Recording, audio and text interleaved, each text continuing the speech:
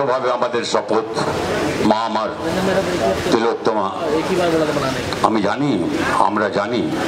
তুমি আমাদের কথা শুনতে পাচ্ছ না, কিন্তু আমরা তোমার উদ্দেশ্যেই বলছি, তুমি যেখানেই থাকো, তুমি শুনতে পাও কি না পাও, মানুষ তো শুনবেন যে তোমার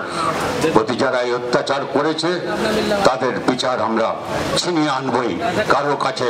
দয়ার টান হাত পেতে কারো কাছ থেকে নয়, যদি কবজির জোর থেকে ছিনিয়ে আনবো।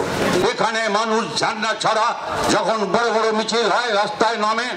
যখন কেউ কারোর দিকে তাকায় না, কে ডান কে বাম কে কোন দিকে আছে, ঝান্ডা ছাড়া যখন মানুষ মিছিল করে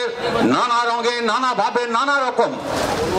ভাষ্য, তাদের গান নানা রকম তার বহিরাবরণ, কিন্তু আমি বলছি এসবের মধ্যে ওরা লোক ঢোকাচ্ছে, গোলমাল বাঁধাবার চেষ্টা করবে। এটা কিছু নতুন ব্যাপার না শাসকদের কাছে, খালি হুঁশিয়ার থাকবেন। আর এখানে তো আমাকে বলতেই হবে, সবাইকে চাই আমরা, বামফ্রন্টের বাইরে বাম, তেরঙ্গা ঝান্ডা, কংগ্রেস থেকে আরো যা যা আছে, তৃণমূল, বিজেপি, যারা মাথা, তাদের বাদ দিয়ে যদি ওই মাথাকে ছেড়ে দিয়ে কেউ আছে আপনার সঙ্গে পায়ে পা মেলাতে, আর ওখানে ফিরে যাবে না বলে, তাদের জন্য রাস্তা রাখবেন, তাদের জন্য জায়গা রাখবেন, কারণ এটাকে আরো বাড়াতে হবে, এই পরিধিকে এত বিস্তৃত করতে হবে যাতে ওখানে ওই যে ওখানে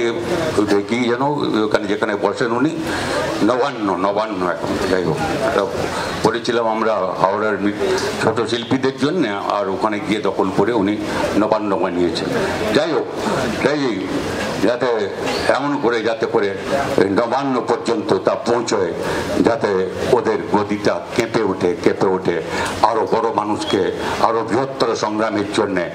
অনেক মানুষের অনেক জমা হওয়া ক্ষোভ এইখানে বিস্ফোরণ হয়েছে। এটা খালি একটা ব্যাপার না, ওটা তো একটা ব্যাপার, বড় ব্যাপার। কান্দুনি যে মেয়েটি ধর্ষিতা হয়েছে, তার বাবা মা বাড়িতে আছে, আমরা ভেবেছি এখানে আছি, তাহলে বডিটা এখানে আসবে। আপনি ভাবুন, বাবা মা আছে, আমরা আছি, কিন্তু বডিটার ওর বাড়িতে এলো না,